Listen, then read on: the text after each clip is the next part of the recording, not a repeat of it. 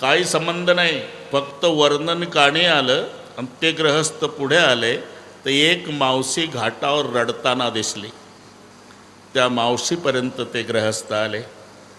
का रडता मावशी? मग तर जोरात रडू लागली. का?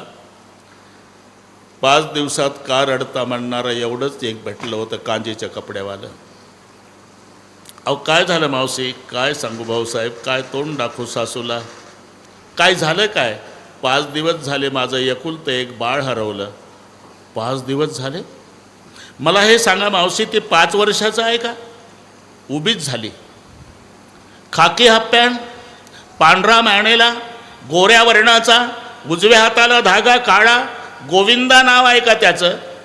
जिचं बाळ हरवलं, अनोळखी माणूस त्याचं तंतोतंत वर्णन करतो, तेव्हा त्या लेकराची माय सर्वांगाचे कान करून वर्णन ऐकते.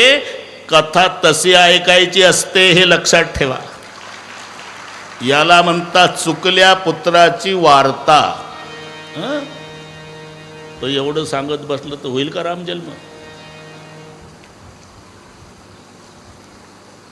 तल्लीन झाले भारद्वाजजी. शेवटी याज्ञवल्क्यजींनी आवाज दिला. भारद्वाजजी डोळे उघडले आणि हात जोडले. याज्ञवल्क्य महाराज, 14 तारीख तक 20 में भारद्वाज मत कहो, कथा सुनाते जाओ. आपकी कथा तपे हुए जीवों को शांति का छिड़काव देने वाली है. मी त्याकरता सावध नाही केलं तुम्हाला भारद्वाजजी. मग तुम्ही काल मला रामकथेच्या बाबतीत विचारलं, मी तुम्हाला बदल्यात शिवकथा सांगितली. याबाबत तुमचा गैरसमज तर झाला नाही ना, म्हणून मी सावध करतोय. सच कहूँ महाराज, मुझे शिव कथा भी बहुत प्यारी लग रही. बस बस बस अब पता लगा है कि आप राम कथा के यथार्थ अधिकारी श्रोता हो. ज्याचं प्रेम शिव कथेवर आहे तो रामकथा श्रवणाचा अधिकारी श्रोता आहे.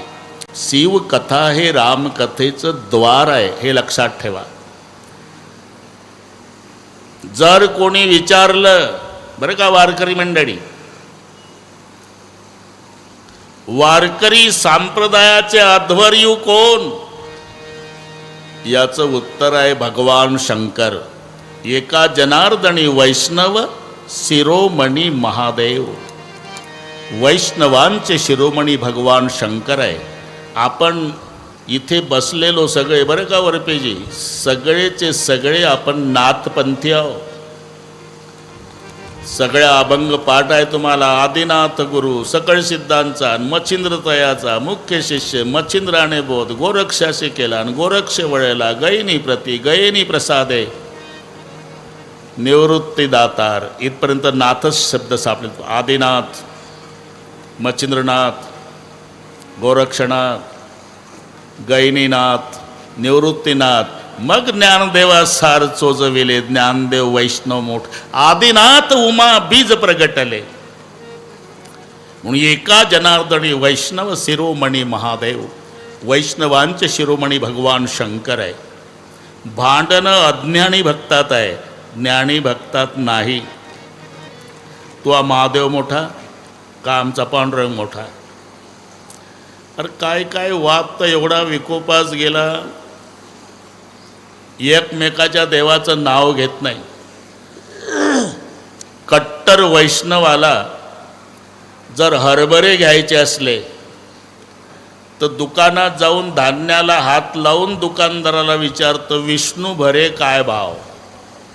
आणि हरभरे म्हणावं तर हर शब्द येतो.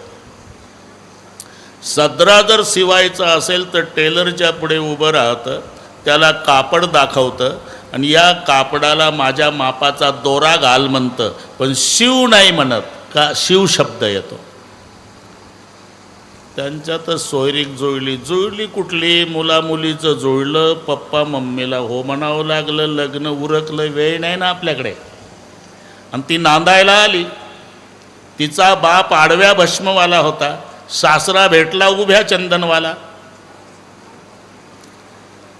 शैवाची कन्या वैष्णवाची सून झाली, म्हणजे आडव्या भस्मवाल्याची मुलगी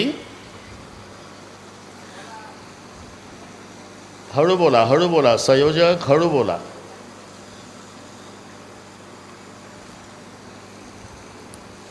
सकाळी उठले, सारवायला लागले बरं का.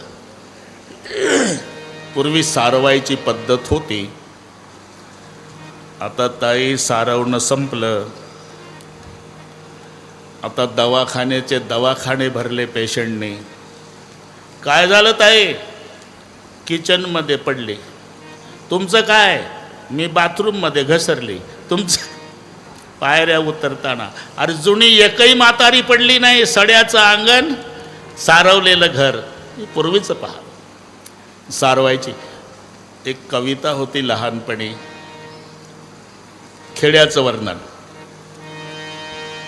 फुटे क्षितिजी तांबडे जो न थोडे, तोच जागे हो तसे सर्व खेडे. तरुण आखाड्याकडे धाव घेते, वृद्ध भूपाळ्या प्रभू साळविते. जुन्या लोकांना पाठ असेल.